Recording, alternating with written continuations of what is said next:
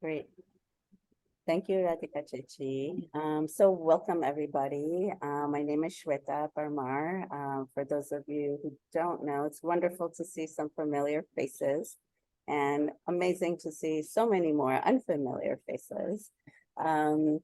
So I'm Ghrita. I am currently in India at Hindu Kalari Sangram, where we are with Dr. Lal and Radhika Chichi. I am usually based in New York City. I'm an Ayurveda specialist, Ayurveda practitioner specializing in women's hormones, birth work, end of life. And I am honored always to host these Ghee knowledge circles because there is so much misunderstanding in the Ayurveda world, in the normal mainstream wellness world regarding ghee. So here in Ghee's knowledge circles, we really, we host various doctors, Vaidyas, various experts that can really, especially through their experience, share their knowledge through their experience regarding ghee. So we bring in different perspectives. And you can find a lot of the circles that we've done and various topics we've done on our YouTube channel on Ghee. And later on, Nakul will pop that into the chat box. Who's also Nakul, if you want to quickly wave hi. He's also one of the founders of Ghee. And hi, everyone. Yeah. And so also wanted to wish everybody a happy Holi for those who celebrate Merry Purnima, full moon, and lunar eclipse. So one of the beauties of our circles is that we pick these dates and we always find out that it's always on these power times on the calendar. So I love it. I had no idea when we chose this date that it was Purnima and Holi and all these things. So it's wonderful to do this during these potent times on the Vedic calendar and in the cosmos. So with that said, for those quickly who don't know about Ghee, one of the things that really stands out for Ghee is that it is made according to traditional method, according to the Shastras. Oftentimes what we see in the Ayurveda world, made anywhere in the world, is you boil unsalted butter and you have ghee. And not that that's wrong or anything. However, it's a different process chemistry-wise, right? So the Shastras obviously gave us a way to make ghee. And so Ghee is made according to the Shastras with Gir cow breed milk in Gujarat, India, and outside of Baroda. So if you're ever interested in visiting the Goshala, the cow sanctuary, and want to view and experience how they do it, just reach out to us at info@mahaghee.com, and we'll be happy to connect you for your visit. So with further ado,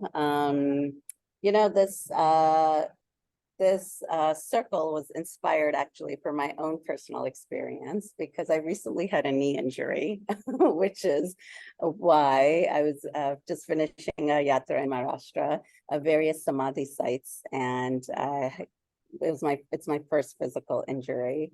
And it's been a wonderful experience to have the injury in different ways. And knowing of Kalarippayat from my spiritual journey, and I knew that one of the things I really wanted to do to help heal my knee injury is to go to a center, a Kalari place where they actually deal with injuries in Kalari versus a Panchakarma center. So I'm really honored to be here at Hindustani Kalari Sangam. And what you see on the screen here are the lineage holders here of the Kalari tradition and Ayurveda. And see, Radhika Chechi, who you just met, who chanted, is the daughter of Guru Sami Gurukul, who you see on the very right. And then on the left are his two gurus. So Sami Gurukul is no longer in the body. However, Nakul, the photo has disappeared. So he is no longer in the body. However,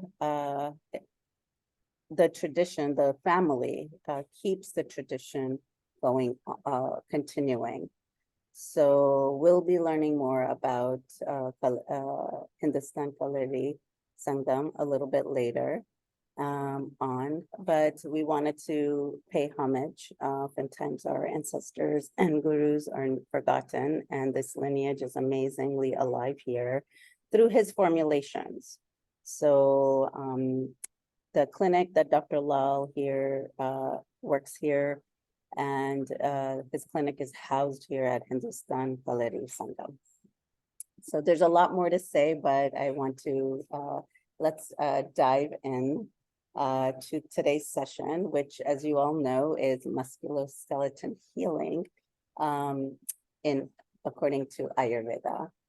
And one of the things that, you know, we're all dealing with today's lifestyle changes, the modern changes that we have in life are a lot of joint pains, and there's arthritis, osteoporosis, right? So Ayurveda describes various components of the body, starting from at a very micro level to a macro level.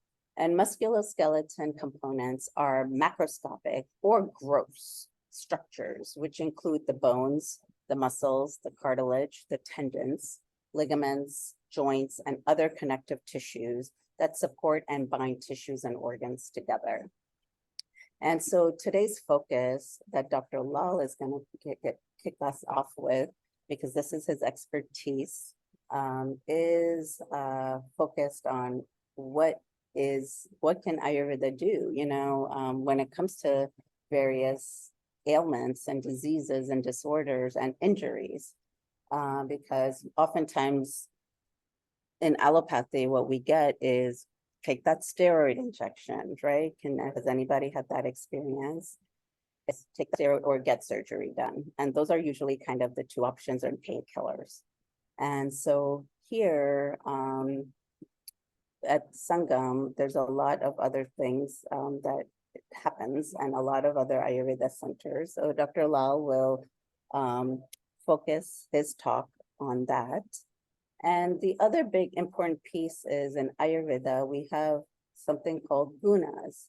So today's gunas are qualities. And when I share Ayurveda with my clients and teach workshops, I love this concept of gunas because I think it is pivotal and self-healing.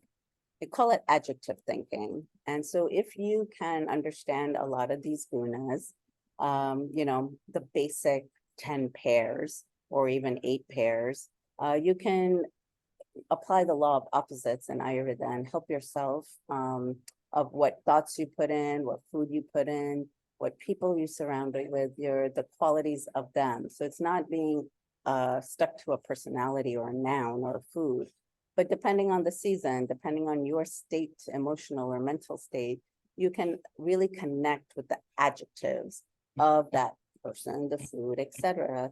And today with our topic with Ghee, one of the gunas or qualities we're going to focus on is Snigdha, which is loosely translated. It's hard to translate Sanskrit, as many of you know, is unctuous or oiliness. So Dr. Lad will kind of focus on that. And this is not a Gunas 101 class, unfortunately. So he will quickly kind of give an overview. I think that is it for me. So Dr. Lal, would you like to introduce yourself, or you want me to read your bio? What do you want? What would you feel comfortable with? Yeah, thank you, Shweta. And this is Dr. Lal from Kerala. And welcome all of you on board. I think you can hear my voice and you also see a and some doctor on the screen, right?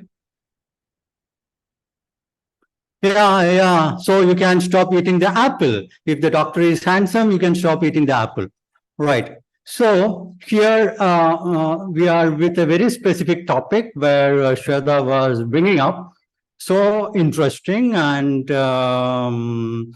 so I am here with you to elucidate my understanding and concept regarding Ayurveda as well as the Ghee.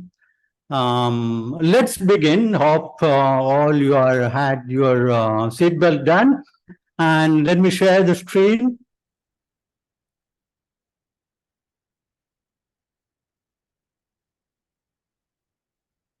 So you can see the screen. Yes, we can see it. All right, let's begin. Let's begin. Let's don't waste time on things. And very namaste and welcome all of you to this session. And so today's topic is musculoskeletal healing in Ayurveda. Especially the subtopic is the potency of Snigdha guna or oiliness or anxiousness in the healing aspect. Right? Let's begin with the hymn.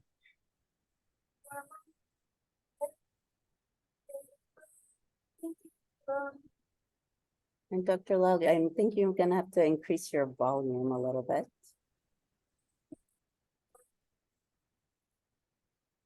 Okay.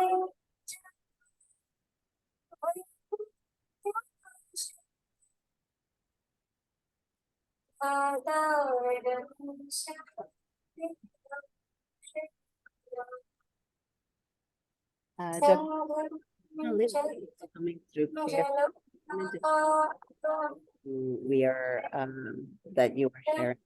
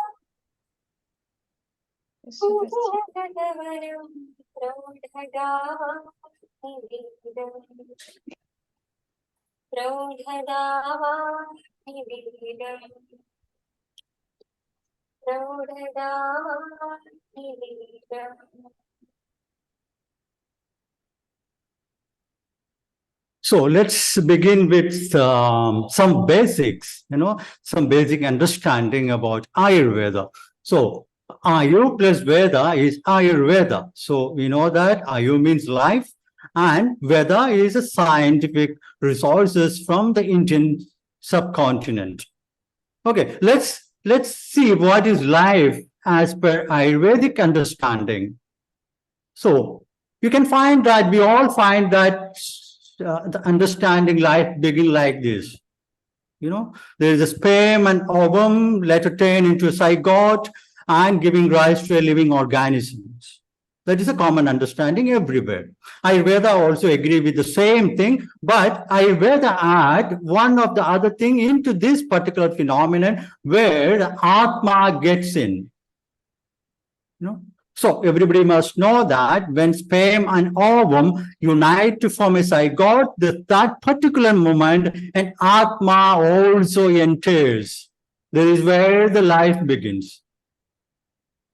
So Shukra, that is a sperm, Shonida, that is the ovum, and Atma.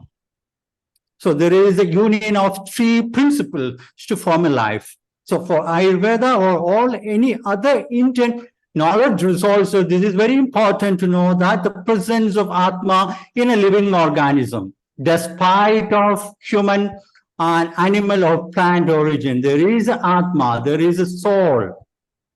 There is a Jivatma, right? So, what's the purpose of life as far as Ayurveda is concerned? The purpose is said that Purushartha.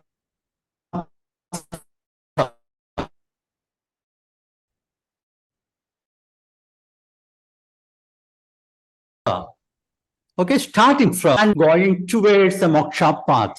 That's what the life meant in Ayurveda. So he's going, doing dharma, and he's gaining artha and satisfying his desire, and he is getting into the moksha level. This is what we need to know about a life, a living organisms as a human. So what happened during this process of journey? You may end up with sometimes dukkham, the pain, due to various reasons. Diseases may occur. So in that instance, Ayurveda help you to get out of the disease, or Ayurveda also help you to not to get a disease condition. This is what the role of Ayurveda. When the Atma is going from towards the Purushartha sadhana, you may get diseases. So in that process of disease manifestation, Ayurveda command play a role. So that is clear. So we know Ayur plus Veda, and Ayurveda for helping the soul to reach the moksha without a disease process. Then, who bring this to you? That is another question. So you can find a divine mythological figure called Brahma. Brahma smrutva ayusho vedam. You understand? It's a very important statement in Ayurveda. Brahma is considered as the creator of the universe. He creates everything. But in this statement, it is mentioned that Brahma smrutva ayusho vedam. He remembered from his brain. This is very important. Even the creator remembered the science of Ayurveda for the benefit of living organism, which means the knowledge of Ayurveda where existed here in the cosmos before the creator even exists. Very important. So it's a truth. No one says in Ayurveda, Brahma created Ayurveda. Brahma remembered Ayurveda. Brahma smrutva ayusho vedam, which means even the Ayurveda where existed before the creator existed. Very important to know about. So it's a truth codified. So the second Ayurveda, Ayur plus Veda, the first keyword. The second keyword, there is Atma in every organism. The third keyword, I am reminding you, Brahma smrutva ayusho vedam. The creator remembered Ayurveda. So the truth, the wisdom was there before the creator exists. So he created the human organism or living organism, the hardware. Okay. Let's think a human body as a mixing of certain hardware. You just connect the hard drive, you just connect the processor, you connect CPU, many components, but it cannot work. You know, it needs a software to function. You cannot see the software but you can feel the software. So any living organism is a mix of a hardware as well as a software to function. Okay, that is clear. That software is known as three doshas. Which are they? Vata, Pitta, and Kapha. So we need to understand the other keyword, three dosha, which are three. The software. I'm talking about the software which functions in every living organism, whether it is an animal or a human or a plant. Three doshas, three energy principles, Vata, Pitta, and Kapha. Then, these three doshas are in human body is placed in this way. It is everywhere in the body, but you can find when you put it two lines of a diaphragmatic line or an umbilical line to divide the human body into three, the kapha is seen above the diaphragmatic line and pitta is seen between the diaphragmatic and umbilical line and vata is seen below the umbilical line. It is everywhere. Every cell has got three doshas, but predominantly here are they. So you understand that. Then the Vada, what the Vada does, Vada is responsible for any movement in the body. Your heart is pumping, your foot is moving, your bone and joints are moving around and running, jumping. Any movement happens, you think about your girlfriend, you think about your boyfriend, the thought is moving, you know. Any movement happens in the body is due to Vada, and Pitta is the functional quality, controls the metabolism of the body. Anything which comes inside your body, it can be a food, it can be a thought, it can be an idea, it converts. The Pitta converts everything which comes within you. And the Kapha principle, which is the built, the substratum. Your body is made out of kapha or maintained by the kapha. So we should know before we get into the actual topic, all three. I am trying to put it in a very simplified manner because there is a mixed crowd I can see. Again, we think about the hardware of the body. Till now, we think about the software, which is Vata, Pitta, and Kapha, that is three doshas. Let's think about the hardware of your body.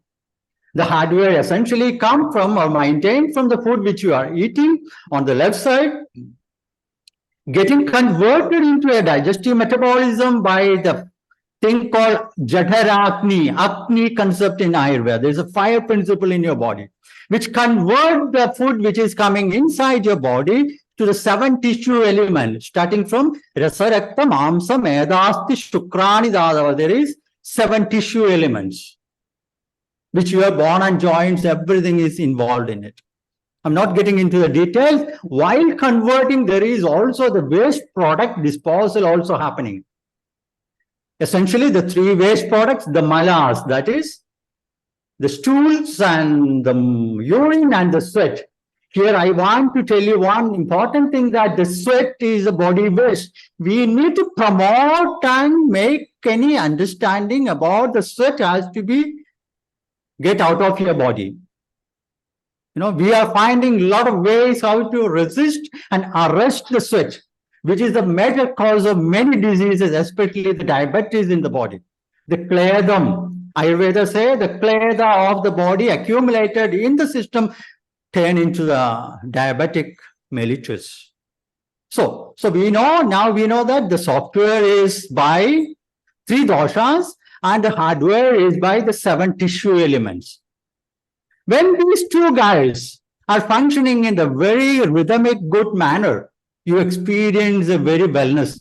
See, it's very clean and clear. So the WHO as well as Ayurveda mentioned samadosha, samagnishta, samadhatu malakriya. When 3 doshas are functioning in the right manner, when the 7 tissues are converting in the right manner, when the waste products are getting out of your body, when you are pleasantly sitting, that is called as wellness in Ayurveda. So when there is this balance is kept, you feel wellness. When the balance is disrupted, you feel illness.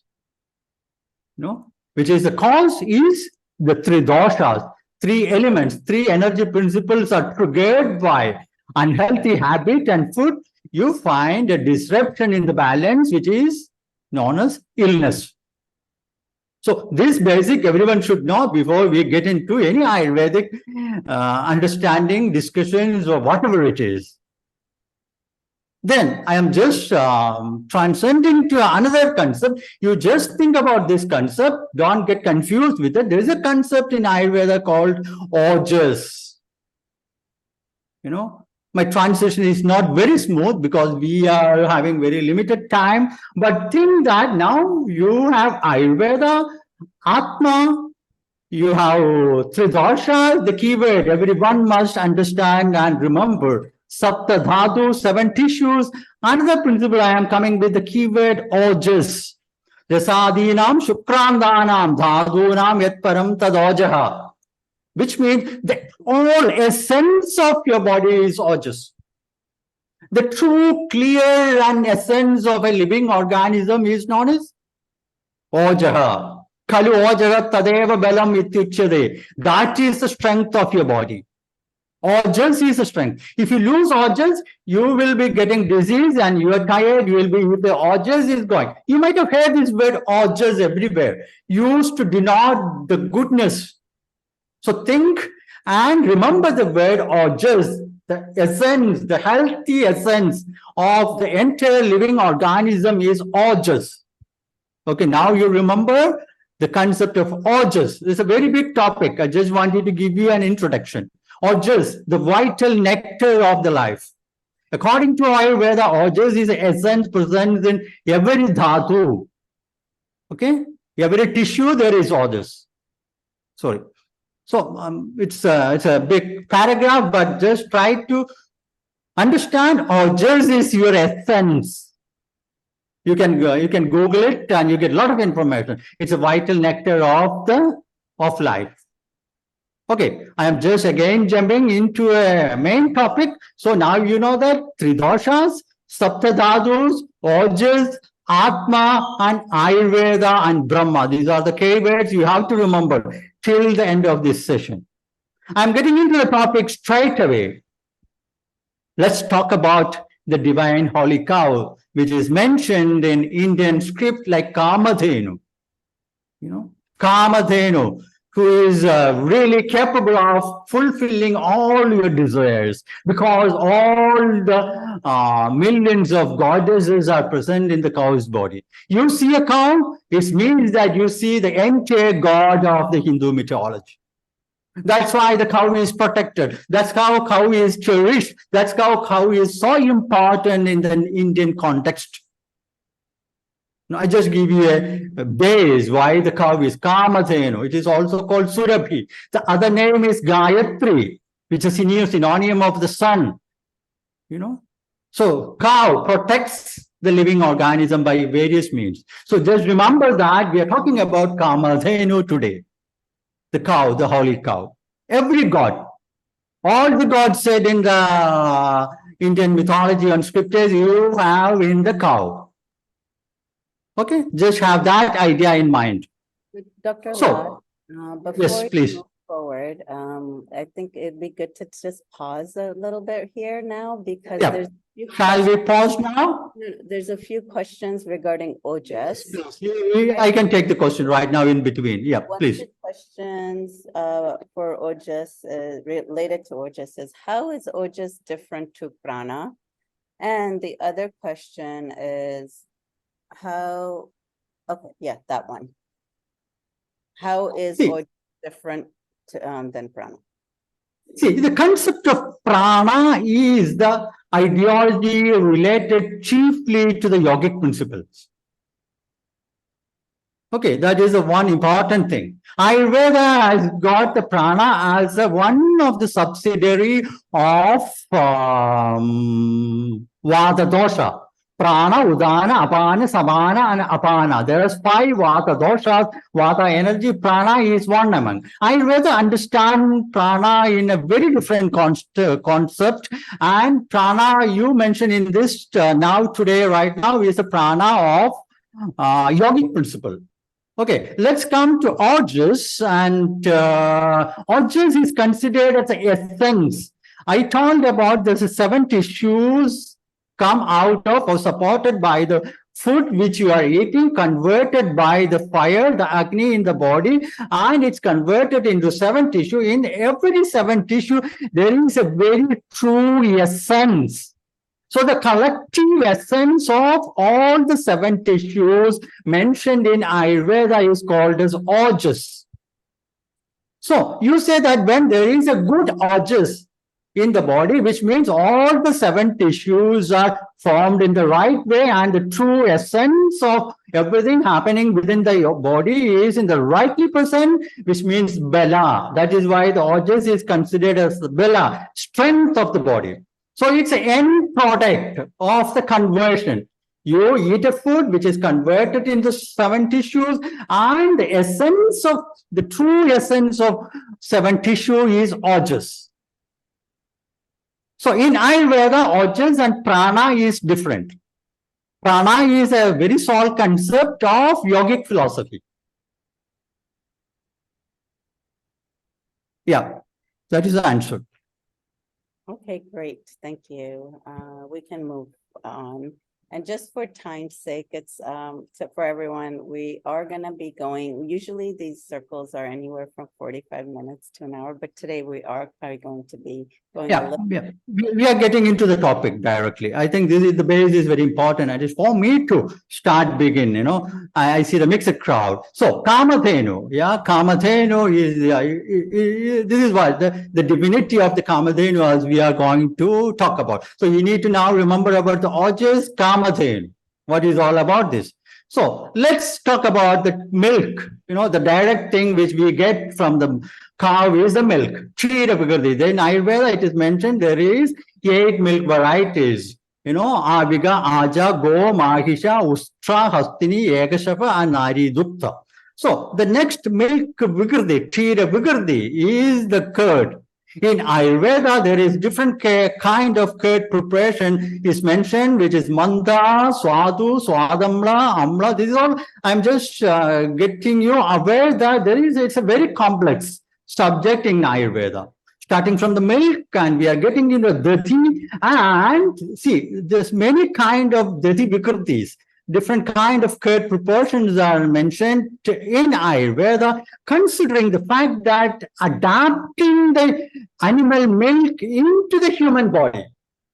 To my understanding, and I believe that milk is a less adaptable dairy product to the human body. It's a very big topic, but in Ayurveda, we find different kind of samskara, processing, how to adapt effectively the milk and milk products to the human body. So there is a concept called samskara. You can find that there is samskara. The milk is converted into the curd. Curd is converted through a process called buttermilk and butter and then ghee. It's very important to understand. Ghee is considered, I would give the 5-star to the ghee. When you consumption wise, the milk gives, I would give the 1-star. Again, the curd, 2-star. You can see in Ayurveda, curd has got a lot of limitations and utility method to use. You are not supposed to use it at night and this and that. Very varieties of regimes are mentioned. Then the curd is converted into a buttermilk. I would give a 4-star to the buttermilk. Then from the buttermilk, the butter, I would give the 3-star. From the butter, you get the ghee. That is the finest product which you get from the cow, which I would like to give a 5-star to the ghee. The ghee also known in Ayurveda like Ghrita, Ajya, Havis, Sarpi, Abhitara, Jivaniya, Pavitra, Navanidaja, Amrdaha, Adhara. See, all these, when you look into the true meaning of all the synonyms of the ghee, which directly denote that it's a divine and purest and it is ultimate. That is the purest form you can get. So there are various kind of ghee mentioned in Ayurveda. Kshirotam, there is ghee, directly you get it from the milk. The Dyoktam, the ghee, you evolve it from the ghee, the curd, which is the finest one. You need to get through the curd and buttermilk and ghee. That is a samskara. When the milk is getting through all these samskara, then you get the finest ghee. Then there is Murchita ghee and Amurchita ghee. Then in Ayurveda, Purana ghee, that if the ghee is 1 year old, it is said Purana. If it's 10 year, it is Prapurana. And if it's 100 year, Kumbha. If it's more than 100 year, it is Maha. Then again the ghee, there is Daudam. The ghee, you train it, you wash it with water. Shadadhaudam, you wash the ghee 10 times, it's called Shadadhaudam. When you wash the ghee with 100 times in water, which is called Sahasradhaudam. It's altered the quality of the ghee. I'm talking about Ayurveda. I'm not purely talking about the pure ghee. I'm just giving you an idea about how Ayurveda perceive the ghee. Then avartidam, ghee can be fortified with various medicines. So ghee in different forms, ghee in a different form in Ayurveda. Ghee, the concept of Ghrita comes from the root word called Ghr, which means brightness, which means luster, which means the true essence. That is what is ghee means, Ghrita means. I don't want to miss this part, though it is in Sanskrit. What Ayurveda, Ashtanga Hridaya said, the quality about the ghee. I'm not manipulating, I'm just giving you the Sanskrit. Shastam dhi smriti medhagni balayus shukra chakshusam. If you want to have a very good dhi, the memory power, dhi, the brain power, the intellect, smriti, the memory power, medha, the intuition, the metabolism, the agni, the bala, the strength, ayu, the eternity, and chakshusam, this is a very good element for your eyes. Balavruddha prajakandi saukumarya swaradhanam. If you want to be in your younger stage, bala, if you want to arrest vruddhatvam, aging, if you want to have a glow, kanti, if you want to have a good progeny, praja, saukumarya, if you want to be young, if you want to have your sound, nice sound, voice, you have to rely upon ghee. Chadakshina parisarpa shastrakni glavidatmanam. If you are tired with the injuries, if you are tired out of diseases, if you are attacked by weapons, you have only one choice said in Ayurveda, that is ghee. Vadapitta visonmada shoshadashmi jarapaham. If you are affected with vata diseases, orthopaedic and sports injury, if you are affected with metabolic disorders, pitta, if you are affected with toxic materials, it can be a snake bite, it can be a food poison. Unmada, if you are schizophrenic, if you have a mental diseases, you have only one choice, rely upon ghee. Snehana muttamam shidam. Vayasahasthavanam param. I will just tell you the second option, Vayasahasthavanam param, which arrests aging. Sahasraviryam vidibhidgam karma sahasragrit. So like that, thousands of qualities are imbibed in the ghee, could be effective in 1,000 methodologies and manners in a living organism. So I'm talking about a particular quality of the ghee, which is called snehana or snigdha or sneha. The quality called sneha is doing all these actions in your human body. The very true meaning of sneha means love. The meaning of sneha is compassion. It binds together. It's never let things to fall apart. Snigdha, that is a quality, which means liquidity, minuteness, flow, unctuousness, sticky, heavy, cold, smooth. You know, sneha, snigdha guna is the guna which has got the integrity, that keeps the integrity is the tissue metabolisms. That is the quality of the ojas. Now you take that concept of ojas into this slide. What is the true quality of ojas is the snigdha guna. That is what you are finding in the ghee directly. So the ghee is going to be used here in Ayurveda for the wellness management as well as the ailment management. Right? Sneha. In Ayurveda, there is sneha yoni. The origin of sneha is divided into two. Stavara, there is vegetable origin. Jangama, there is animal origin. The vegetable origin, as you all know, coconut oil, sesame oil, and different kind of plant lipids. And animal origin is ghee. The muscle fat is also considered as the lipids. Bone marrow also considered among the sneha dravyas. Dravya means the material which possesses the snigdha guna. These all the material possess the Snigdha guna. But this is the statement. Snehana muttamam. Best among all the lipid for human to consume is ghee. You find thousands snehadravyas, the sneha materials in the world, but snehana muttamam, it is a uttamam, that's a wonderful substance, wonderful lipid, wonderful snigdha among all the available dravyas in the market or in the universe. Snehana muttamam. Shall we stop for any questions right now? I think we can continue. Right, thank you. So, this is what I want to come. The ghee has got a snigdha guna, which is moreover similar to the quality of the orges mentioned. It's directly proportional. The ghee is with the quality, the pure, truly made ghee is directly proportional to the quality of the orges, the strength, the essence of the living organisms. It is mentioned in Ayurveda. Okay, come on. Now, how it is working on the tridosha levels, how it is influencing the tridoshas. It controls vata. It fosters the kapha.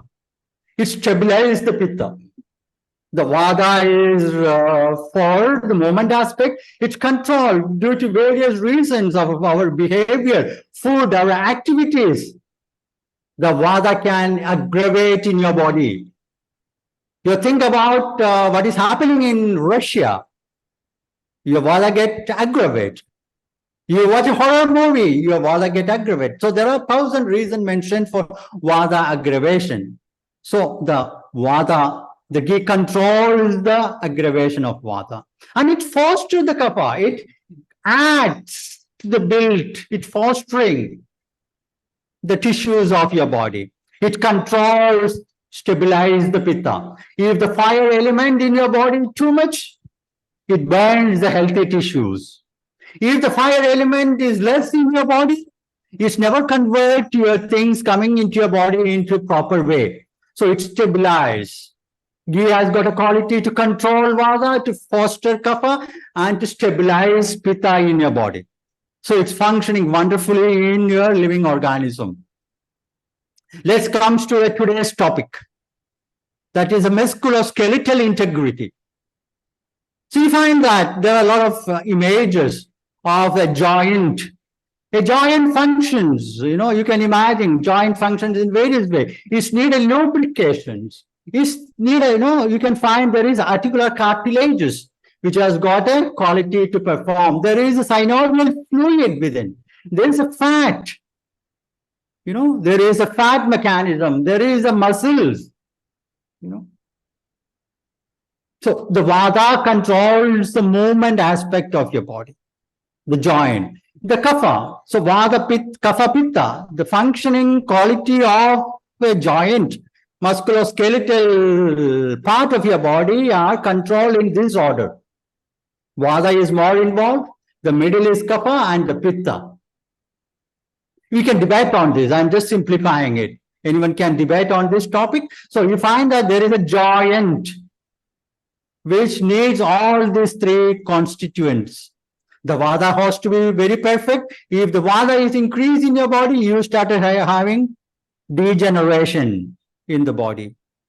The degenerative joint disorders, including osteoarthritis, including the avascular necrosis. So you need the vata has to be controlled. Kapha, it needs different kind of fat mechanism, including the synovial fluid. The kapha controls. The pitta controls the bone density, converting the food into the proper mineral density of the body, the pitta controls. So the ghee controls the pitta, stabilize the pitta to make sure to control the bone density. The kapha controls the smooth functioning of your joint. The vata controls the movement aspect of the body. So the ghee helps all these three energy elements to make its optimum level of functional quality for a joints to function. It's controlled vata, so the degeneration is prevented. It's foster kapha because the musculoskeletal strength is maintained, and it repairs the injury, the kapha, stabilize the pitta. The bone is maintained the bone density by correcting, regulating, stabilizing the metabolism. So any joints, any kind of condylar joint, plain joint, saddle joint, hinge joint, pivot joint, any joint of your body needs all the principal element to act upon vata, pitta, kapha in the right manner. There is tendons which need to have elasticity. There is ligaments which should have elasticity, is maintained by kapha and controlled by vata, and pitta giving the nourishment. Then infrapatellar fat pad. There are a lot of fat pad, which is a quality of the kapha. So pure muscle and joint functional integrity and quality give support in all the aspect of a joint functionality. Let's talk about in some wellness. We add ghee always in the food. We add in the hot drinks, as a wellness.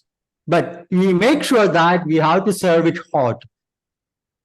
Ghee has to be melt form. Ghee has to be consumed along with the hot food. Ghee has to be consumed. If you consume a spoonful of ghee, bring a glass of hot water over it.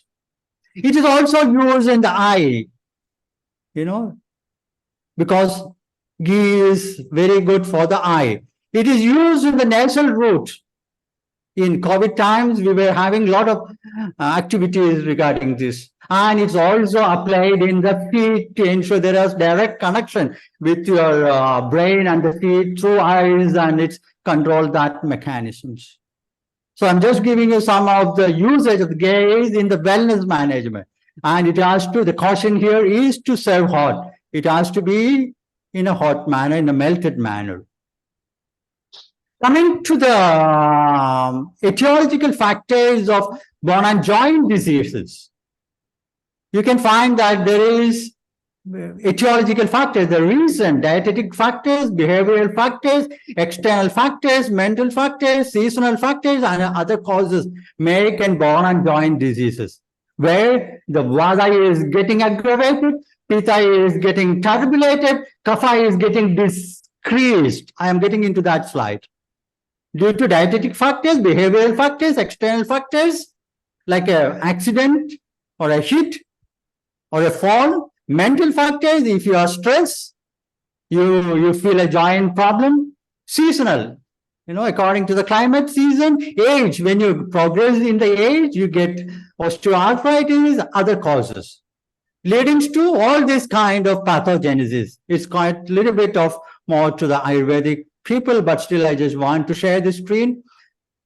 Yeah, the vata is getting vitiated and pitta is getting turbulated and kapha is getting decreased.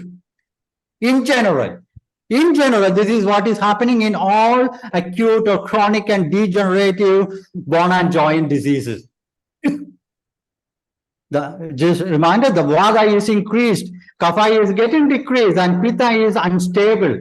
You get any kind of degenerative bone and joint diseases. So when you look into the qualities happening, this pathogenesis, ghee has to offer vata. It controls the vata. It increases the kapha. It stabilizes the pitta.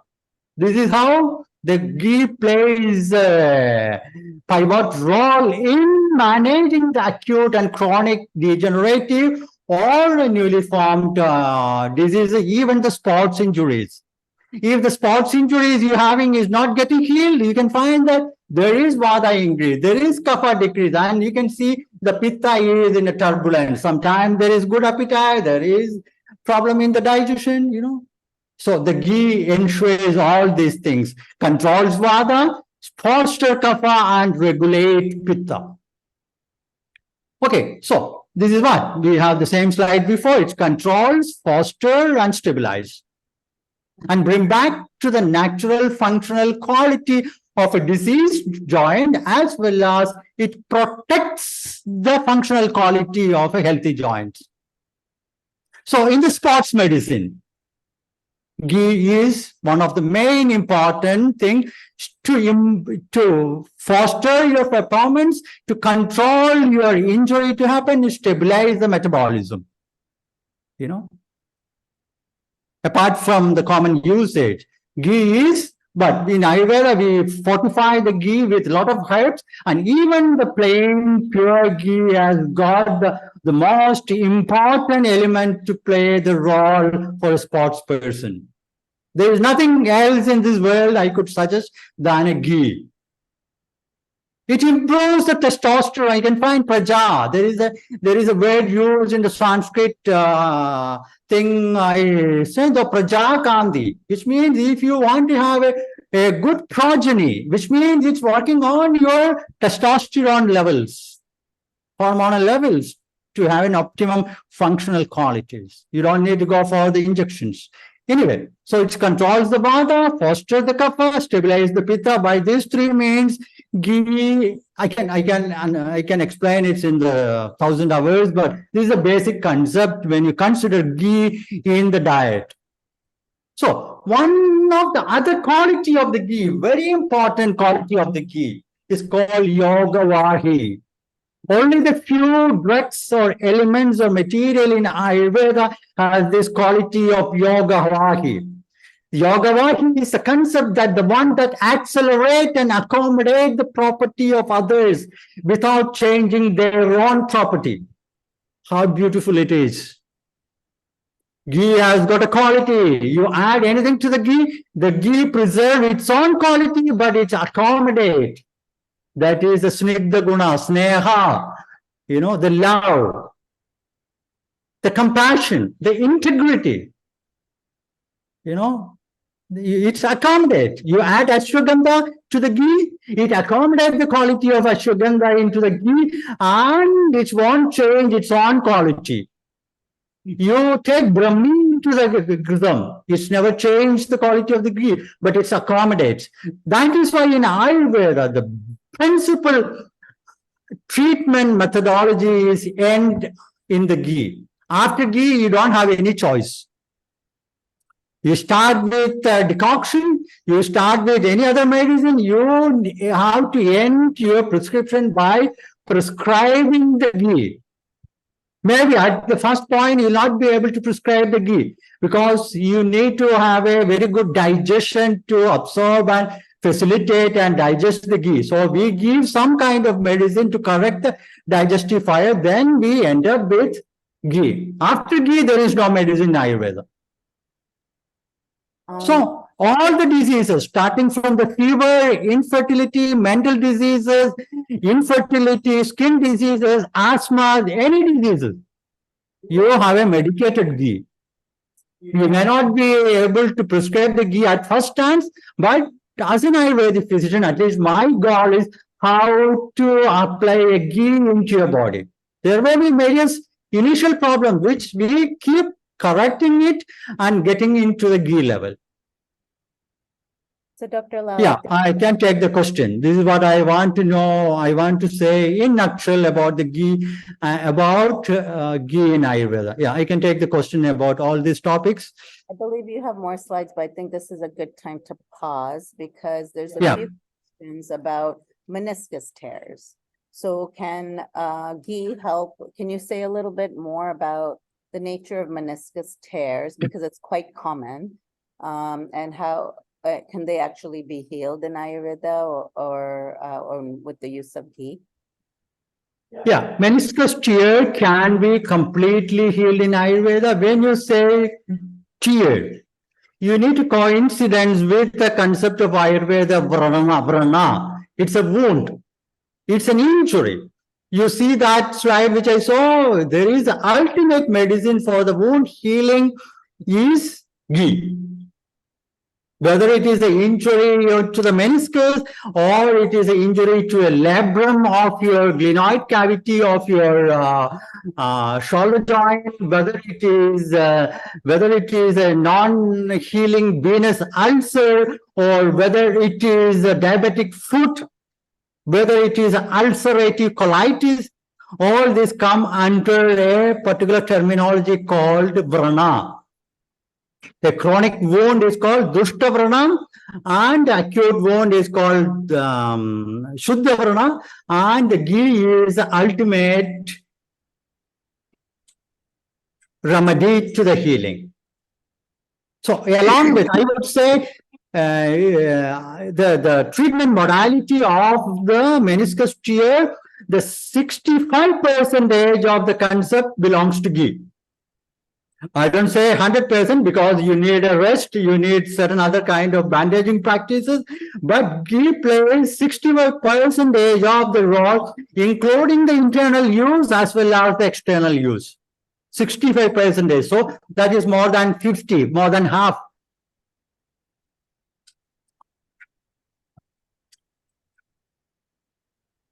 Yeah, hi. I had a question, Dr. Krishnan, a couple of them actually. One was if you prepare the ghee straight from butter and not from curd, is that having the same potency as the one that you prescribed before?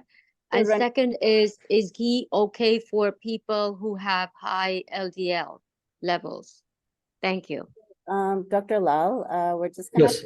on those questions until you at the very end, because let's kind of focus on you finishing up your presentation and then Radhika Chechi going, and then we'll these questions that Renee just asked and some other ones. Yeah, I'm just finishing. My role is almost over. Yeah, so And let's continue the flow of what you're presenting, and then I will answer it at the end. The later on. LDL and the curd Thank thing you. I will answer, right? Yes. Okay, this is what my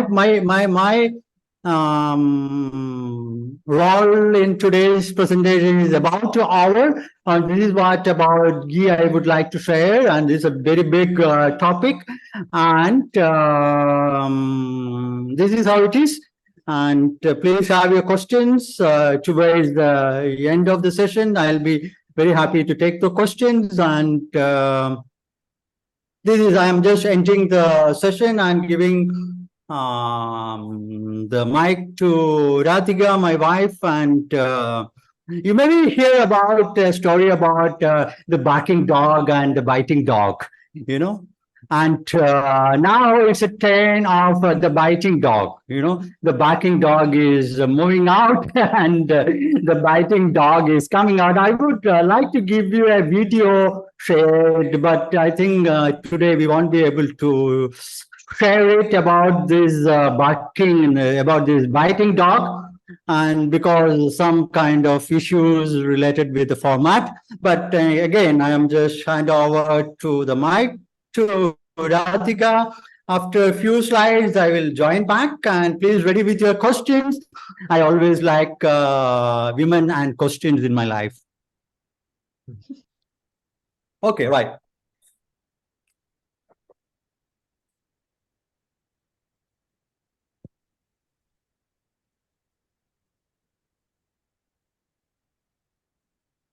Can you hear me? Yes, Radhika. We can hear you, Radhika. Namaskaram. Yeah, namaskaram. Pradisha Neta. Okay. Yeah. Yes. Radhika Chechi, would you like to introduce yourself first before you start sharing? Yes. Yeah, namaskaram. Good evening, all. I hope you enjoyed the session with Dr. Lal. And let me introduce myself. I'm Radhika Gurukal from Hindustan Kalari Sangam. I have born in a family which holds a tradition of Kalarippayat and Ayurveda. My father, Guru Veerasri Sami Gurukal, who teaches Kalarippayat, he initiated me into the Kalarippayat training along with my two brothers, Lakshmanan Gurukal and Shatrugnan Gurukal. I might have been started Kalarippayat probably at the age of 5 or 6. Till now, I'm practicing. It's my physical culture discipline, spiritual discipline, and life and living. That's about me. So, yeah. So, welcome all of you into the divine space of Hindustan Kalari Sangham. So, yeah. So, can you see the screen? Yes, we can see it. Yeah. This is the place where we practicing the ancient martial art of Kerala. This place is called Kalari. Kalari itself has its own features. Like it is built like Vastu principle of Kerala, and it is built according to the Vastu principle of Kerala, and the length is to be 42 feet, and the width is to be 21 feet, and the depth is 7 feet. So it's cave-like or a pit-like structure. It helps a meditative environment, and the air quality is very good in this place. And you can see in there is a southwest corner. You can see the 7-tier platform, which is representing 6-tier platform is representing our Shadadhara chakra in our body. And on that 7-tier, you can see a lotus bud shaped consecration, that is the union of Shiva and Shakti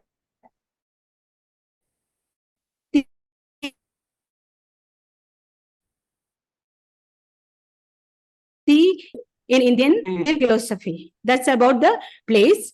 And Kalarippayat is an ancient martial art of Kerala. Apart from that, it was a war science. It is not merely a physical exercise, it is a meditative process as well. A conscious meditative process which involves our body, mind, and soul. That's about Kalarippayat. And the lineages, the documented lineages started from Guru Kotakal Kanaran Gurukal. From that, the knowledge transferred to Guru Govindangutti Nambiar. And Guru Govindangutti Nambiar, my father, started Kalarippayat. From my father, I learned, and I'm teaching my children also. So this is our 5th generation. That's about our lineage. So you can see the training space, the Kalarippayat training, the entire training is classified into 4 stages. So there is Meipayat, Kolthari, Angathari, and Varunkai Prayog. These are the 4 stages we practicing inside the Kalari. So Meipayat, we using different body movements for fighting. And the second stage is Kolthari, that is fighting with a wooden weapon. So we use long stick, short stick, and curved stick, etc. So we have another stage is called Angathari. Angathari is we using metal weapon for the fighting. So we use sword, shield, spear, flexible swords, etc. And the last stage is Varunkai Prayogam, bare hand fighting. We attacking on the vital part of the body. That's about the training, how the training happening inside the Kalari. These are the some pictures, how it is happening, training happening inside the Kalari. So I think it is visible, no? Yes, Yes. Radhika, we can see the Yeah. So, Yeah. Radhika, if you can So before, Radhika, if you can just pause. yeah.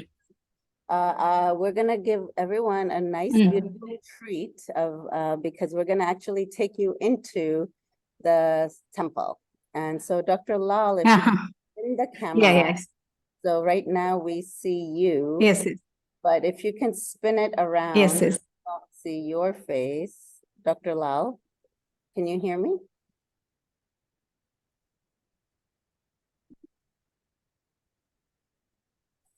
The internet unfortunately is not, may not reach there. And also my data plan may not be connecting. Yeah, I can hear you. Oh, you can't. Can you spin the camera?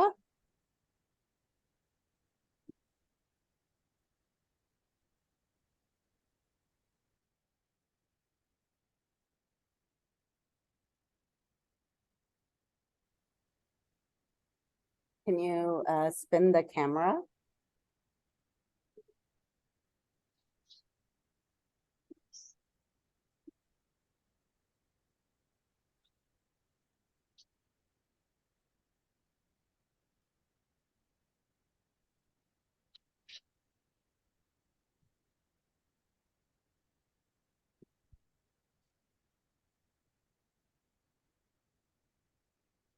I'm not sure. Can you guys see the temple? No. Because maybe the internet connection. Yeah, and the camera too isn't really kicking in. Hi. I think we tried. Well, everyone, we tried. We're just going to. Je sais pas, c'est pas encore fini, mais je pense que faut, Hi. où est-ce qu'ils sont? Moi, je sais pas, mais non, c'est pas très très grave.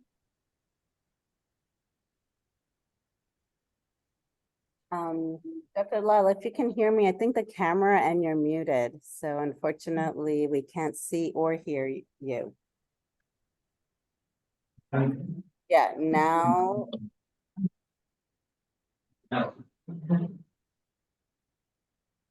Yeah, can you, yeah. Unfortunately, yeah, it's not kicking in the phone.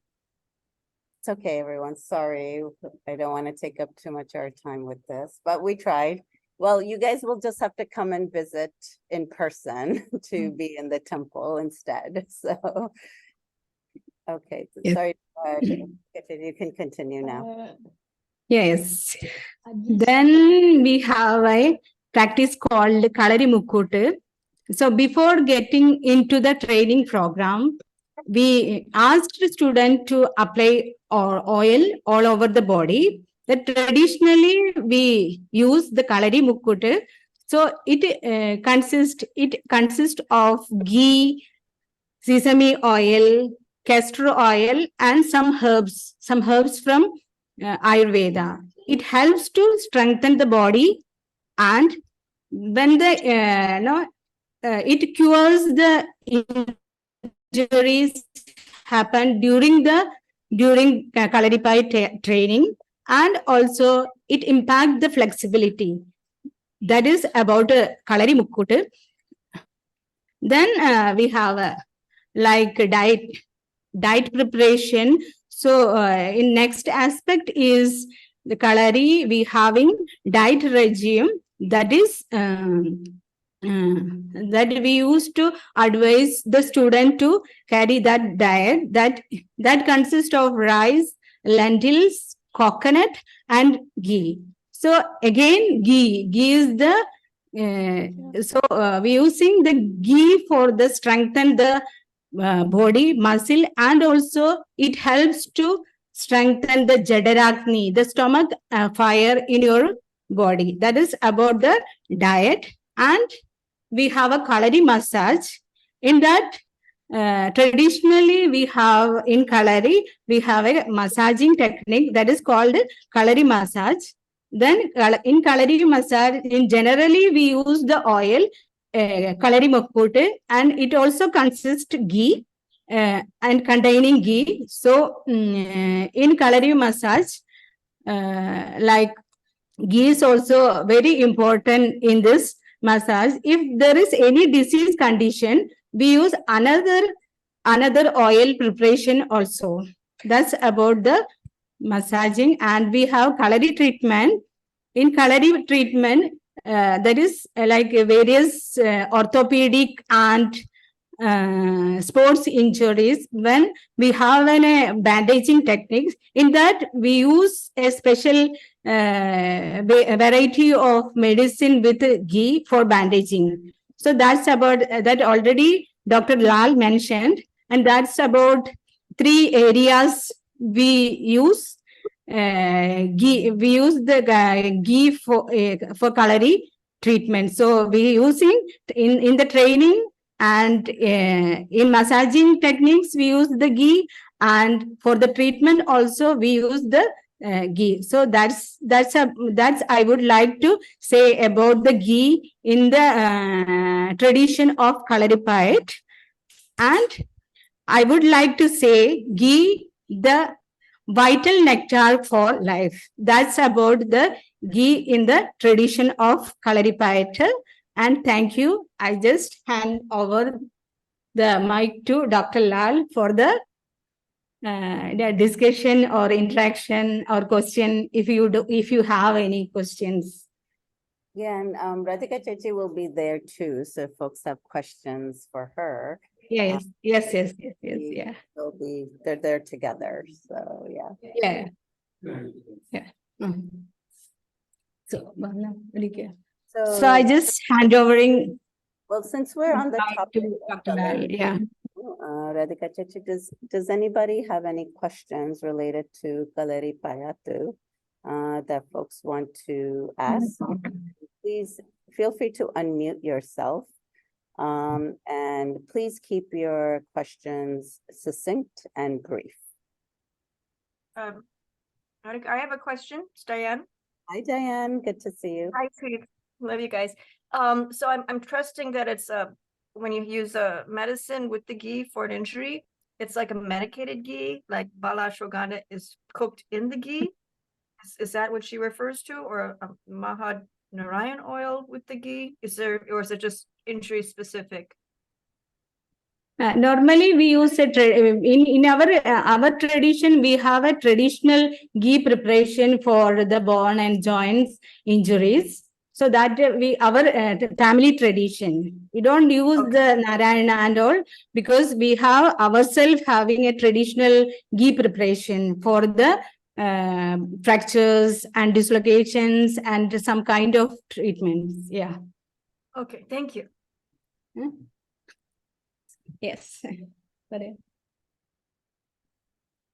Other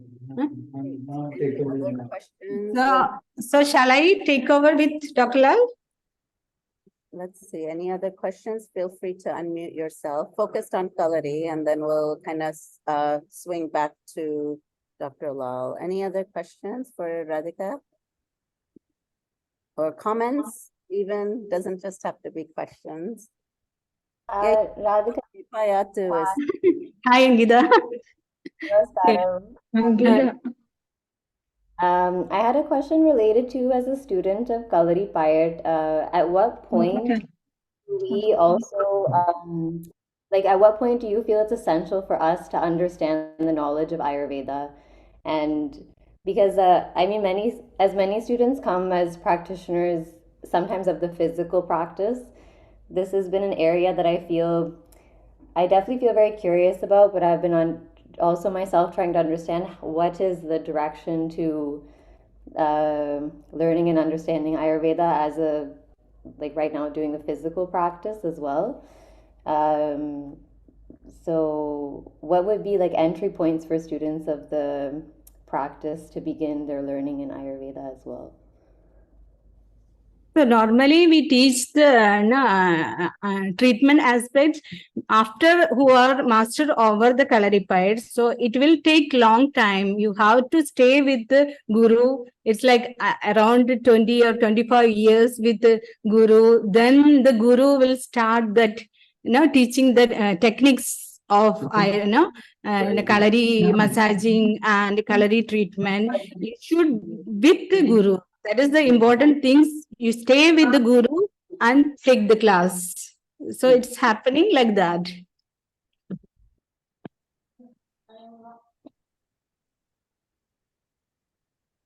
Shana.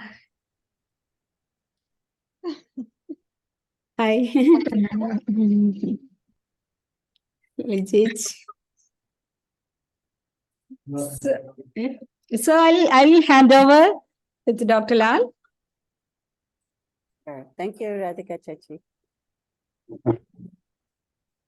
Okay, so Dr. Lal, Yes, hello guys. And so at the end of the slide, we say that, it's a ghee, the vital nectar for life.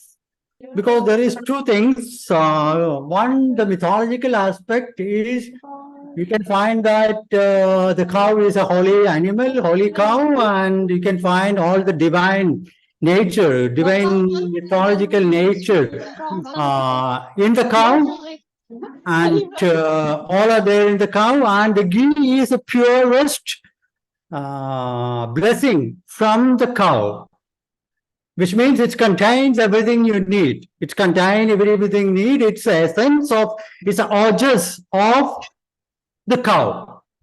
Like we said, the orges in the human being, the orges is the essence of our strength, and ghee is the orges of the cow delivered for the benefit of the living organisms. And by this time, you must be understand that ghee has the property of the ghee, Snigdha, snehothama, uttamam.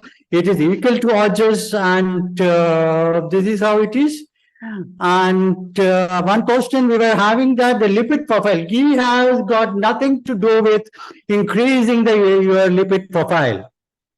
The ghee which is prepared rightly from the deductum, straight away from the curd, is never increased. There are enough ample studies available even in the internet that we have a concept of snehothama, which means you take ghee in the very increased order. Today you will take 10 ml, tomorrow you will take 20 ml, 30 ml, 40 ml, 50 ml, 60 ml. There is acha snehothama, there is a therapeutic procedure. Even doing that, it decreases the lipid profile.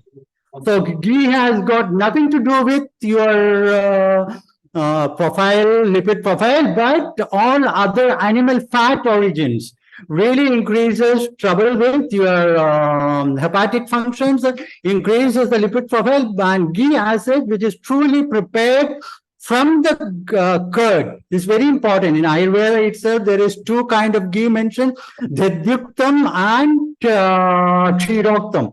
So, as such, among all the dairy products, the worst thing you can consume is milk.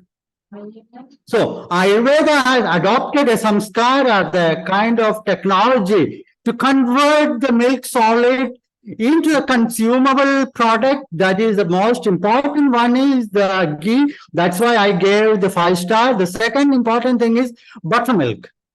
If you prepare in that manner, the pure deshi, right, ghee will not do any kind of lipid profile increase. And this is what I would like to say on this question. Somebody was asking about the curd derived ghee or the milk derived ghee or the LDL profile, low density lipid profile. So this is the answer to that. I think, Dr. Lal, the other thing that's quite a myth and really confuses people on it is around cholesterol. So definitely in India, but there's a little bit of a fear. I always find that, oh, my cholesterol is on the edge, and people get confused if they should be intaking it or not. Can you say a little bit more about that? See, I'll tell you something. The butter you get in the market is not the butter. Okay, there is something else. I forgot the name. There is industrial butter. You ask any companies in the world, provide me 1 million kg of butter, they will provide. Where does it come from? So the dairy product you eat, which is a cheese, which is a yogurt, or which is a butter, is not properly produced. It has got thousands of additives and all this texturing and baking agents you consume. So your lipid profile has to do nothing with the ghee which you are going to consume, but it has got something to do with all the industrial food which you are consuming, illegally adding all the texturing, flavoring and agents which contains the animal fat. So all the people, so that is the dairy product, the chicken or the egg, the egg white, the yolk, whatever you consume is very industrially produced lipids, which is you consume are making the problems, and not the pure ghee is not going to make the problem. So to my understanding, and all the studies shows it improves the quality of the hepatic function. It improves the quality of the ciliary function of your gut. It improves the homeostasis of your gut health.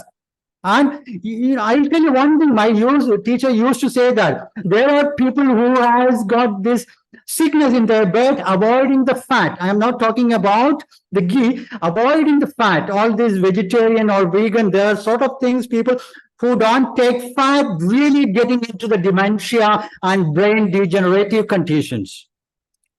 So the one important thing, snehanam, the snigdha gunam, which you need to impart in your body to prevent the aging of the brain, the lipid snigdha gunam is the only way, and among all the lipids available in the world, ghee snehanam uttamam ghudam.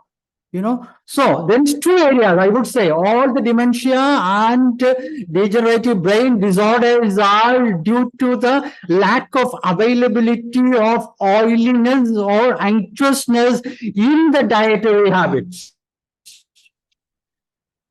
You check any people, 10 or 100 of dementia or Parkinsonism or any kind of degenerative brain disease people, they have somehow their fat metabolism in the has been deranged, or they have willingly stopped eating the fat. This is a finding which my teacher find with his practice of dementia. Everyone has got this problem of sickness in their mind, cut down the fat, thinking that is going to create the coronary vascular diseases, and I'm going to die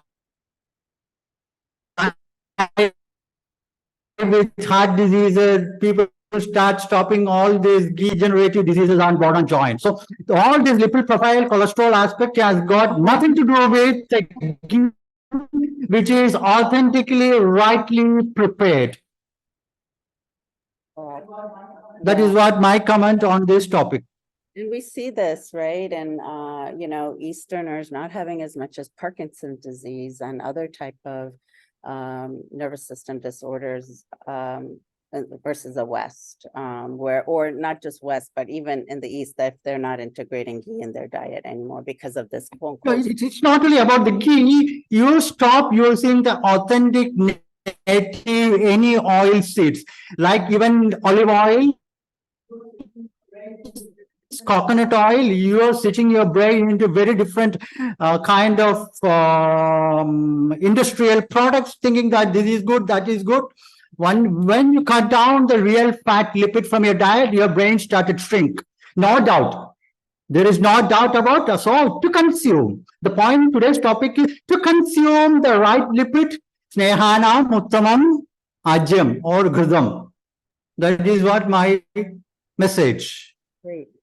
Dr. Lals, you can stop screen sharing. So when you're answering these questions, they actually see you speaking versus the screen. So Yeah. So we are stopping the slides here, the vital nectar for life. And thank you, everyone. This is some of the handles. You can have a screenshot in future references. And this is for today. I think everyone has got some take-home messages. And just stop screen sharing and we can continue the stop share. No, yeah, stop share. Okay. And we can see you fully. Yes. So there are other questions.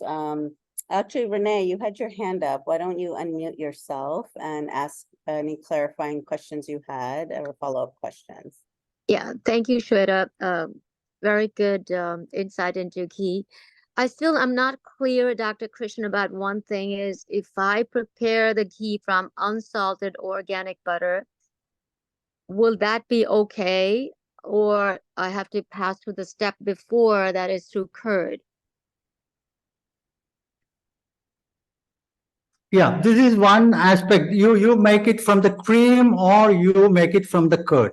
This is the two questions. So I would prefer to say there is again two ways preparation. They directed from the cream, butter, and you have to convert the milk into yogurt.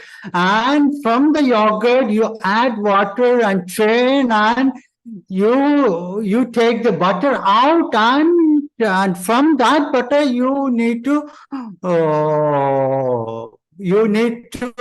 make your ghee. This is very important.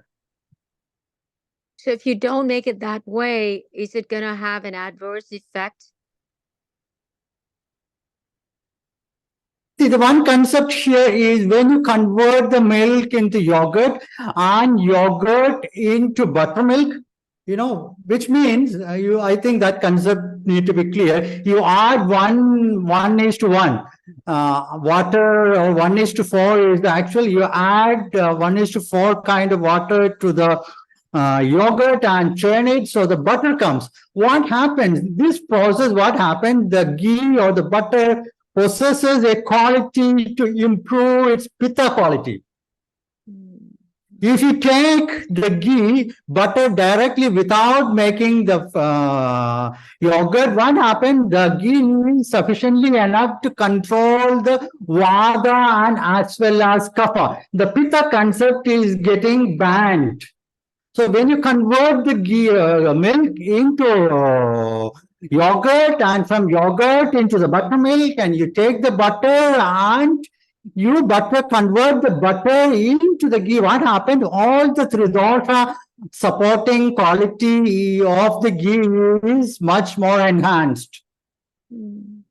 So when you prepare the ghee in this way, there is very less chance for the ghee to interact with the lipid profile mechanism in the human body. If you take the ghee from the cream without converting, without getting the soreness in the butter, in the curd, what happens? It may increase the LDL level in the triglycerides and in the LDL level in the human blood system. Okay, thank you. Thank you. Yeah. Great. So the other one question was, I love this question because it circles back to the importance of gunas. And I think I think it's really important that everybody, maybe an Ayurvedic practitioner or not, as I said, understand gunas. So the question was, that this person experiences pain when it's cold. So can you go deeper into the relationship between cold and pain? See, the pain is a property of, it's a quality derived from the engagement of vata in the body. Okay, vata. So what is the quality of the vata? Tatra rucho legushida karasukshma stalo anilaha. That is the quality of the vata. Dryness, rucho. Tatra rucho leghu, the lightness. Shida, the coldness. Tatra rucho legushida karaha, the roughness. Sukshma, tatra rucho legushida karasukshma, sukshma, the subtleness. And chalo anilaha, the movement. These are the qualities making the pain.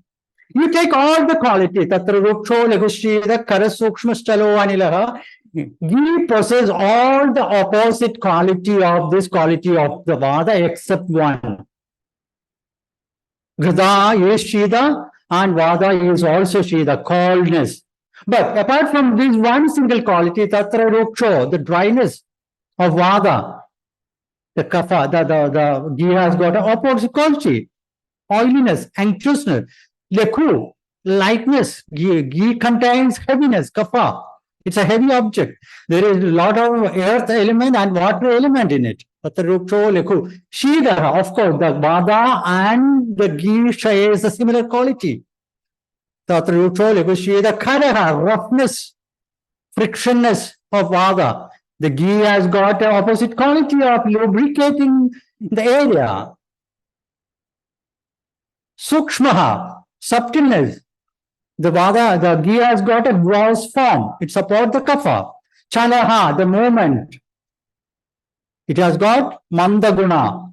The ghee has got a stabilizing property, mandatva. So what happens when the Vata is making the pain in your body? The ghee has got all the opposite, almost all the opposite quality. It's called that there is Shida Guna in the ghee. So what you do is you can add a little bit of turmeric. So that Shida Guna is nullified or managed along with its own Shida Guna. So in that way, ghee possesses all the opposite quality of the Vata Guna. So in Ayurveda, there is two concepts, Vishesham and Samanyam and Vishesham. Similarities and dissimilarities. Samanyam means if you lack some qualities in the body, you add some quality in the body. Same quality. You find the same quality. Where is that same quality? Imbibe into the body. How? Through oral, many ways. Through nose, through your ass, rectal route, through your eyes, through your ears, through your skin, many ways. Then, Vishesha Gunam, if something is excess in your body, you have two options. You add an opposite quality to that body that will slowly go away. If still you're finding difficulty, you take it away from your body. That is Shodhana Chikitsa, that is Panchakarma, cleansing. You don't have time to keep adding opposite quality. You don't have time to exercise. So take it out directly with methodologies. That is the cleansing, panchakarma of your body. So Samanyam and Vishesham. So you find the quality is increasing in your body, giving you pain, you add the opposite quality. By food, it can be by food. It can be by medicine. It can be by habit. Like if you have an increase of Vata, anxiety in your body, you don't need any medicine. You sleep the whole day. The kapha will increase. Sleeping is the medicine. Because that imbibe the positive quality into the body, the opposite quality which make anxiety. Maybe with the 1 spoon, you need 1 spoon. If sleep, you may need to sleep for 3-4 days. That's only the, difference. But sleep can imbibe certain qualities into your body. So this is how you identify which quality is making that symptomatology, that illness. So you try to find the opposite quality if the quality is increased, or the same quality if the quality is decreased. By various means. It can be diet, it can be your activities, it can be medicine, it can be procedure. That is how it is. That is how we understand things in Ayurveda. Great. And kind of connected to that is, Catalina, you had a question. If you want to answer, did you want to ask that? You can unmute yourself. Just was wondering if there is any particular type of diet that would you, because not everybody is vegetarian, or what type of diet would work better with that? And also, if we're not taking the treatment for any reason, what would be the best way to take a little bit of ghee on the amount? What time during the day? See, the question is answered in a way that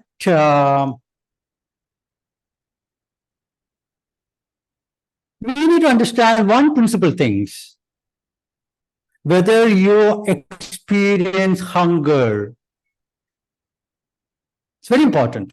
I make it very simple. I don't want to use a complex term. Experiencing hunger on time is a sign. Which means the Agni principle in the body is in the right way. You eat for various reasons. Nobody nowadays eats for hunger. The food has been merged with many things. It's merged with fashion. It's merged with your career options. It's merged with your habit. It's merged with your love, it's merged with your dating habit, it's merged with, see, food has been merged with a lot of ideologies these days. But try to understand that whether you experience hunger, the right way of experiencing hunger is a sign to eat ghee. Otherwise, even the water you drink will be having a toxicity in the body, not only ghee. So my advice, to impart ghee, the hunger has to be felt. There is nothing about vegetarian or non-vegetarian. I am not discussing that here, but that is a very different topic. But to have ghee, if you want to allow the ghee to play his own right role in your body, you must feel hunger. That is why, again, I ask you, question is, try to take ghee in a hot way, heated way. Hot food, heated food, warm food, or melted way, or even you add a spoon of ghee in a very good way, is hot water, and sip it. Or even you have a ghee and have a cup of hot water over it. So that accelerates the functional quality of the ghee as well as the digestive metabolism in the body. So I would like to say again, after you crosses 50, try to consume ghee by noon.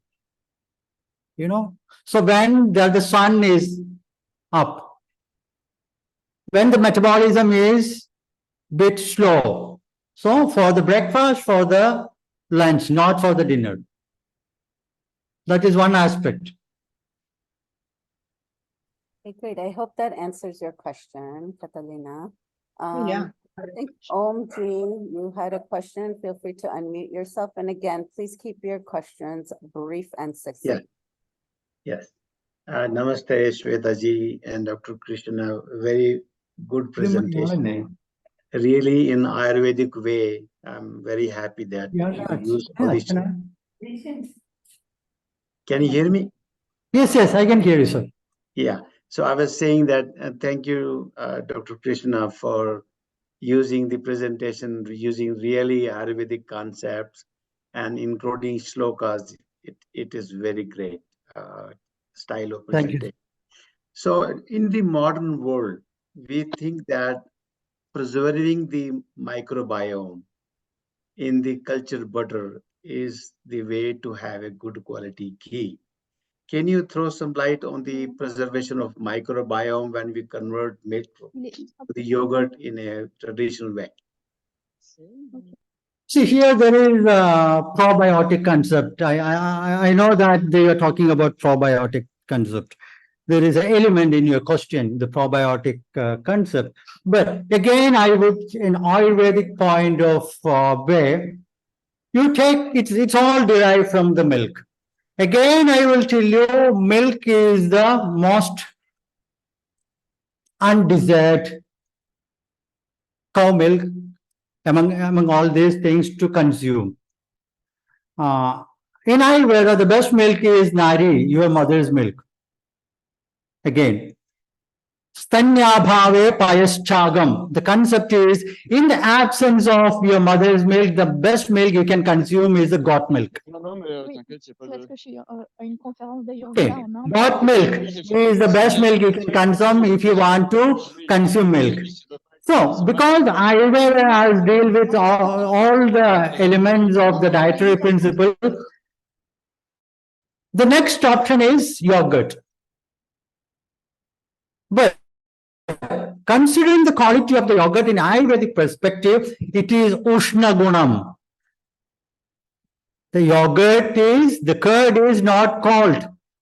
It is a very hot substance. That is why in peptic ulcers, in pitta diseases, in eye diseases, it is not recommended. People think that it is very cold and it is, no.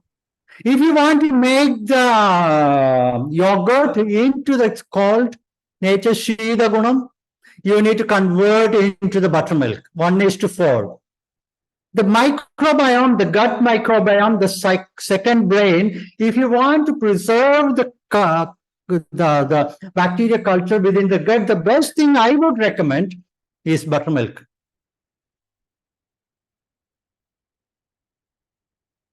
Because you can have a very different amount of buttermilk. We call in India the takram, shakrasya daurlabham. Even the Indra, the god Indra is not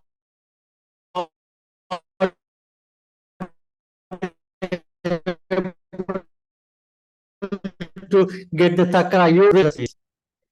Takra is the best thing you can, which is the buttermilk, is the best thing to preserve the gut microbiome. When we talk in terms of probiotic and all these kinds of, I don't agree with the yogurt, and the yogurt you get and the curd you get is industrial yogurt. Nobody is making, I don't think, unless until you make it your home, still you can consume. Rest of thing, all these setting agents are used and nice packing. I would prefer you make your own yogurt, and yogurt must be soured yogurt, not the sweet one. It should have a sourness. It should have the ample amount of lactiferous bacteria in it. Sourness. Very important. Very important. The lassi or the cold substance is dangerous. You need to consume the sour buttermilk.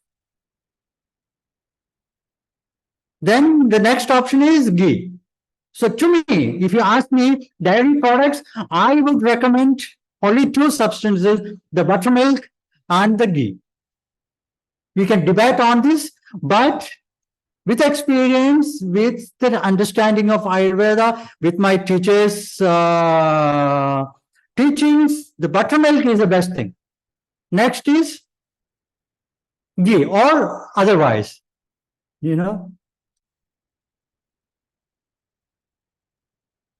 And just to note, Thank you, Dr. Krishnan. US is very different than takram or in Europe. So please do make a note of that. Do not go to the grocery store and buy what it says buttermilk, because that's not what Dr. Lala is referring to. That's very different. The nature of buttermilk. Takram, yeah. Yeah, takram is different than what we in the West or in Europe and US, what buttermilk is. So just make a note of that, and you can always Yogurt added with the sour yogurt which is having little bit of sourness, added with 4 times of water, changed in a way that the butter will come out, and you can flavor it. You can flavor it many ways. Usually in India we have these spices, ginger or curry leaf, all these spices, and that is the best thing you can do in the day-to-day as a drinking option. You don't need to worry about any metabolic diseases related to the gastroenterology. And there are a lot of medicines we make, takrarishtam, takravaleham. There are, it's more than ghee. I think the takra is praised in Ayurveda. Thousands of information you can get about takram. Great. Thank you, Dr. Lal. There were a lot of questions that were interrelated in the chat box, so I hope those were answered. And if your question hasn't been answered, we may have missed it. So kindly unmute yourself and feel free to ask that before we wrap up our session today.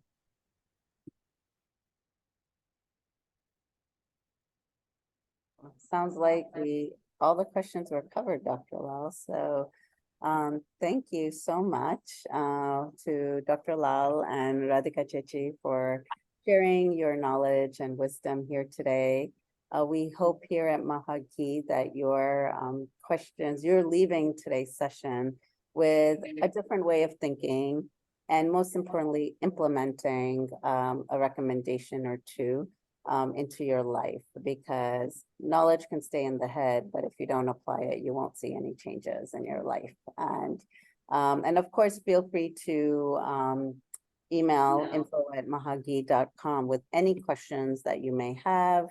And then we'll be happy to answer those or refer those to Dr. Lal and Radhika ji. If, a lot of times we receive, but it takes time to integrate it. So more questions might come up later. but please do not hesitate to forward those questions, and we're happy to answer those or forward them to Dr. Lal. Well, on that note, in the chat box, you will find once again contact information for Dr. Lal and Radhika Chechi with with the Hindustan Gallery Sangam. And they have online classes for those interested in Gallery. So feel free to go to the website. It's a really robust, beautiful website. So you'll find lots of information and knowledge there. And also, if you're interested in a consultation with Dr. Lal, you can reach out to him directly as well. And also, I'm here and I've had a direct experience working with and being here at the Sangam, treating my complete ACL tear and MCL and sprain. So feel free to reach out to me if you'd like to have a conversation about my direct experience.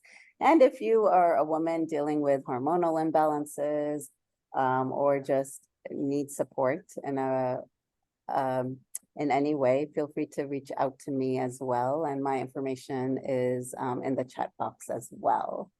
What else?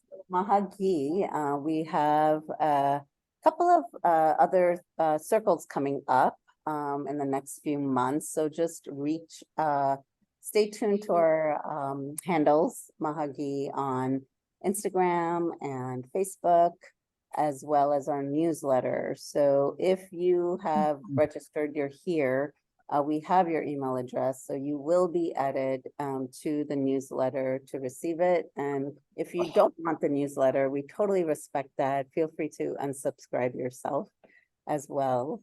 So a couple of the other topics that are coming up is actually the person who is one of the key leaders at Muniseva Ashram, which is where Ghee is created and made. He will be speaking in the upcoming months regarding how Ghee is actually made at the ashram. And also we have a couple of other Vedas coming up as well on various topics of ghee. We have another person who does amazing cow seva in Vrindavan, and he'll be sharing about his project and the of go seva, cow seva in his life and how that's impacting the cow population in Vrindavan, as well as the whole community as well. So there's a lot coming up, so just stay tuned to that. As well, Nakul, what else do we have for our folks here? Am I missing something? Thanks, Shweta. I think we've had a really full session, really nice presentation by Dr. Lal and Radhika ji. I think you covered everything. Sorry, the slide is not really easily readable, but we've covered pretty much all the points.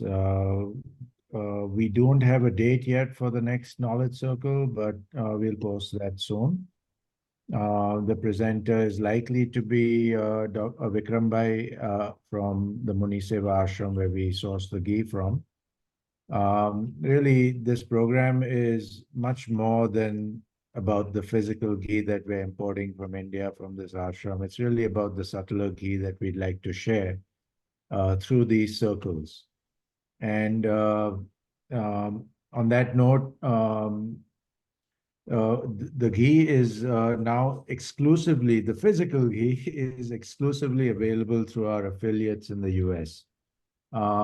There's different reasons for that, but we'd like, we are happy to expand the circle of affiliates through whom we like to share the ghee. So if you're interested, do get in touch with us at info@mahaghee.com, and we can talk some more about how you can join the affiliate circle. Unfortunately, we just don't have the capacity, import capacity, production capacity to go beyond the continental US just yet. We're kind of happy with the tightness of what we're doing at this stage of things. So appreciate everyone joining and interested in what we are up to. Great. Well, once again, thank you so much, Dr. Lal and Radhika ji, for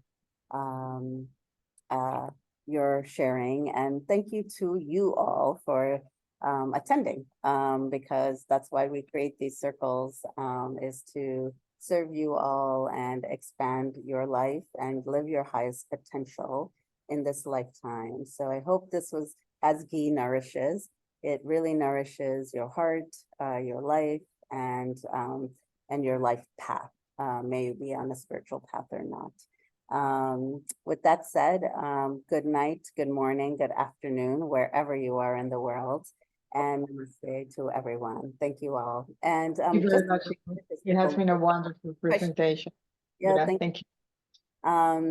For Lal was addressing wonderful. of the recording, so those will be sent out with the follow-up email. So since you're all here, that means we have your email, and a follow-up email with all the contact information. The recording link will all be sent out within the next few days. So stay tuned. And also Nakul, I think, posted the YouTube link. So again, there are a lot of questions and things Dr. Lal shared, and we've had amazing Vaidyas and other experts on these circles in the past, and it's amazing, like sharing. So I highly encourage everybody to visit our YouTube channel. You really can't find this knowledge in a lot of courses, in Ayurveda courses, etc. So that's the beauty of who we bring in here, and we try our best to share with you experts, especially in a lived experience and non-linear way. So, so check out our YouTube channel. All right, everyone, take good care and see you soon. Okay, thank you.